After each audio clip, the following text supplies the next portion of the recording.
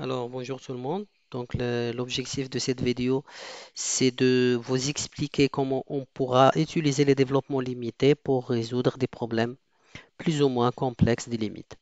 Alors, j'ai pour vous 6 formules à retenir par cœur et comme ça va vous faciliter la tâche, surtout si vous allez passer des concours de type médecine, ENSA et ENSAM, etc. Donc, je commence par la première formule. Donc, le logarithme de 1 plus x, il, est- il se rapproche de x au voisinage de 0. Donc, qu'est-ce que ça veut dire cette formule? Ou cette égalité? Cette égalité, ils te disent tout simplement que si tu as une limite qui contient le ln de 1 plus x, tu pourras le remplacer par x avec une seule condition lorsque x il est au voisinage de 0. D'accord? Donc ça c'est intéressant, ça va nous faciliter la tâche dans les calculs, mais à condition que x soit au voisinage de 0. Je vais vous montrer d'où vient cette égalité. Donc comme vous le savez, la limite, dans une limite classique que vous avez utilisée pendant l'année du bac, le logarithme de 1 plus x sur x, lorsque x tend vers 0, vous le savez, il est égal à 1. D'accord? Qu'est-ce que ça veut dire cette limite?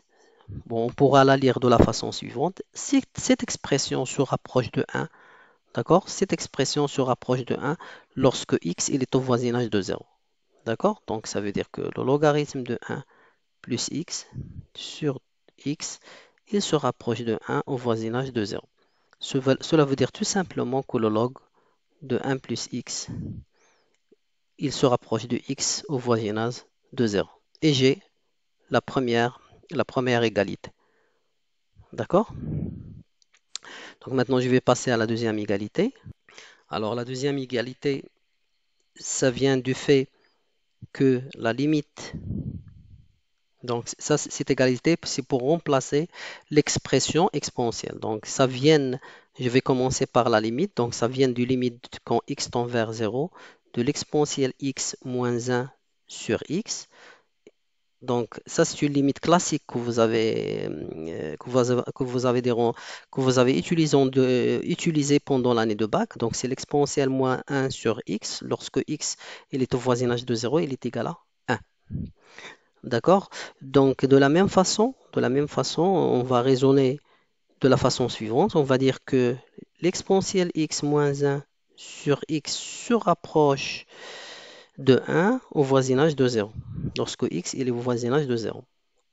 Et bien après, exponentielle x moins 1 se rapproche. Je vais faire monter le x ici, de x au voisinage de 0 toujours. Donc ça veut dire quoi? Ça veut dire que exponentielle x se rapproche de x plus 1. D'accord? Donc ça, c'est une petite démonstration pour la deuxième égalité. On va passer maintenant à la troisième égalité. Alors la troisième égalité, ça vous donne le développement limité de 1 plus x à la puissance alpha n'est que n'est que 1 plus alpha x, et cela lorsque x il est au voisinage de 0. Cette formule elle est très très importante, donc de le sens où on l'utilise pas seulement lorsque alpha appartient à n, est un entier naturel. Par contre, si vous avez un alpha qui appartient à R, je vous donne un exemple, on l'utilise souvent dans le cas des racines carrées. Donc si vous avez par exemple dans une limite le racine carrée de x plus 1, alors il est égal à quoi?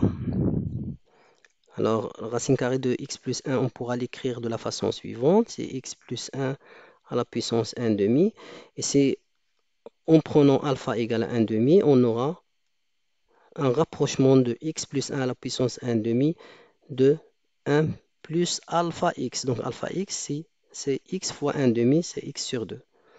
Donc, la racine carrée de 1 plus x, on pourra le remplacer au voisinage de 0 par 1 plus x sur 2. Voilà. D'accord? Donc, on va voir dans les exercices comment on pourra bien utiliser ces égalités. Donc, je passerai à la quatrième formule, donc la quatrième égalité. Qu'est-ce que nous avons? Le sinus de x, il est égal à peu près x au voisinage de 0. Bien, cela vient de limite usuelle que vous avez sur le sinus. Alors, le sinus x sur x au voisinage de 0, il est égal à 1. Vous l'avez déjà compris en bac. Donc, de cette façon, le sinus de x sur x, il se rapproche de 1 au voisinage de 0. Puis, je vais faire monter le x ici, le sinus de x. Il se rapproche de x au voisinage de 0. De la même façon, on va raisonner pour la tangente. Donc, on a la limite usuelle sur les tangentes. Alors, tangente de x sur x, il est égal à 1. Donc, cela veut dire que au voisinage de 0, donc cela veut dire que la tangente de x, il se rapproche sur x, il se rapproche de 1 au voisinage de 0, et puis la tangente de x, il se rapproche de x au voisinage de 0. D'accord? Donc, puisqu'on a le même limite pour tangente de x sur x ou sinus de x sur x.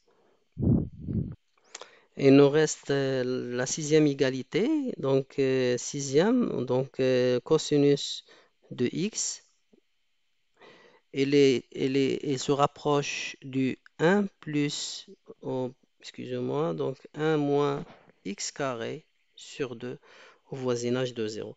Cela vient de la limite usuelle que vous le savez très bien, la limite en x tend vers 0 de 1 moins cosinus de x sur x carré. On le sait bien que cette limite elle est égale à 1 demi. De la même façon, on va raisonner cette expression 1 moins cosinus de x sur x carré, il se rapproche de 1 demi au voisinage de 0. Et, et après, donc, on va multiplier par x carré ici. Donc, ça va me donner 1 moins cosinus de x se rapproche de x carré sur 2. Et d'où l'égalité. Alors, cos de x, il se rapproche au voisinage de 0 de 1 moins x carré sur 2. Donc, de cette façon, on a bien montré les 6 égalités. Donc, dans les vidéos suivantes, on va essayer de faire des exercices et les faire, et faire des exercices et les faire appliquer sur des cas réels de limites.